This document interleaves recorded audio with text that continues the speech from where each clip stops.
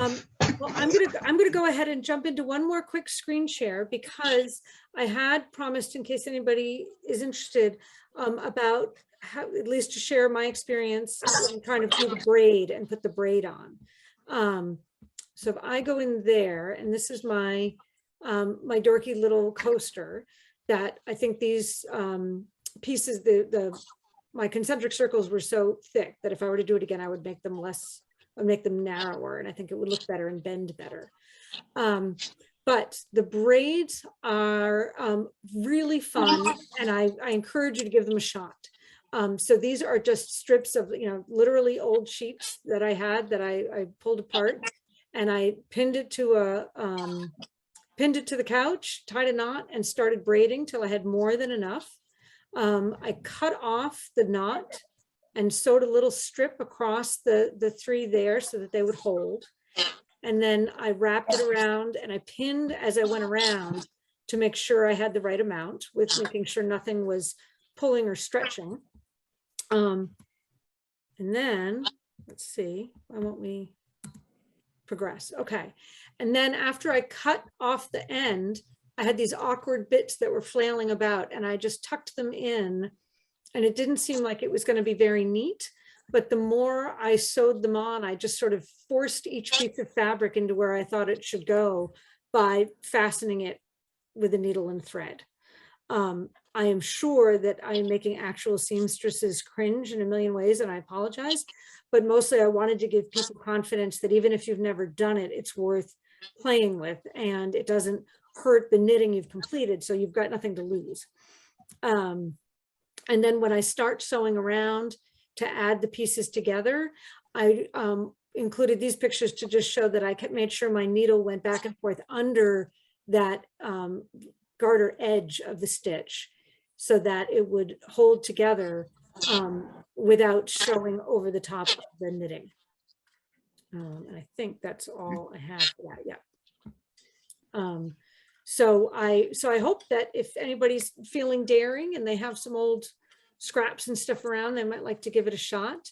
In the first piece I did the backing first, and then I did the braid after that. And this time I'm doing it the other way around because I had an opportunity to see the back of the rectangular rug that Elvira just did the edges of, and the backing on that overlaps the braid.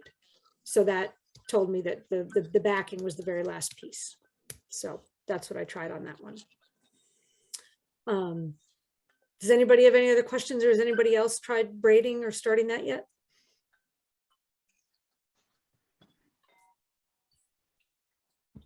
Nope. Okay. Well, I guess I had some old quilting, well, not old, but leftover quilting material, and I got the braid done because I wanted to just see how everything laid out. But I think the rigidity, I actually sewed it together to make a strip, which I would never do on a braided rug. But usually I do what you did where you fold them together, but the material was so slippery that I ended up sewing it into one strip and braiding it. And so it's going to be really fun, multicolored, but I left it downstairs. My toddler's running around loud in the background, so I vacated. Very wise. I remember those days. That's so great. I noticed I have a sewing machine, and but I have a very difficult relationship with my sewing machine, which would involve an entire day of remembering how to use it. So I just did the stitch across, and I noticed by hand, it's not just 3 layers of the pieces you're braiding. There's multiple layers when you fold them up of each of those pieces of fabric. So it's really hard to get it through. So I tried to keep it neat so I didn't have things bunched up. And sometimes I tried to not have to go through all of them because I was trying to cram it down on the table and get it through. I have, sorry, I didn't mean to interrupt. No, please do. Tell me. I have a book I would recommend for braiding. I belonged for a while to a wonderful rug hooking group in Brattleboro, Vermont. I live in southern Vermont. And anyway, the person who runs this group, her name is Chris, K-R-I-S, McDermott. MC capital D-E-R-M-E-T. She's not only a wonderful braider or hooker, rug hooker, but she's an incredible braider. And so her book with two other women who are hookers and braiders, it's called Combining Rug Hooking and Braiding, Basics, Orders, and Beyond. But there's a wonderful chapter on braiding, and I hooked a chair seat. That was kind of as far as I got. But I did braid the edge, and using her directions with wool, using her directions for putting it together when you finish, and you can't, I was sure it wasn't going to work. You can't tell. You can't tell where I stitched it together. So you might be able to get this from your library. The publisher is Schiffer, Schiffer. Schiffer Publishing. It's a wonderful book. Well, thank you. It's just wonderful to look at. Chris McDermott, and she's a great. You can probably Google her and come up. Some of her, I'm sure her stuff will come up because she's won a lot of awards around the country and such. You know, but the chapter on braiding, starting a braid and ending a braid, and how to attach it is really good. Thank you. Well, I will be looking for that for sure. And I put it in the chat for anybody who needed it. Oh, good. Who might like to do it. Yes, Deborah? There's another book, and this one, the Braided Rug Book. And it's an old one. It's kind of like the Braider's Bible. It was published by Lark Books, and it also shows, and I can put it into the chat. Please. A lot of these, this one in particular, you can probably get used like on Abe Books or something like that, but also check YouTube because there's a lot of tutorials on braiding and how to finish those ends you're talking about. Because if you're using the fabric like you did, you know, you can actually narrow down the points on both ends, underlap, I want to say, underneath, so you never see the sew together. But these books, and as I said, I bet on YouTube someone's showing how to finish a hooked rug, and it will be just what you need to do it. Because a lot of quilters, as well as rug hookers, use braiding to go around their things, and so it shows how to attach it and everything.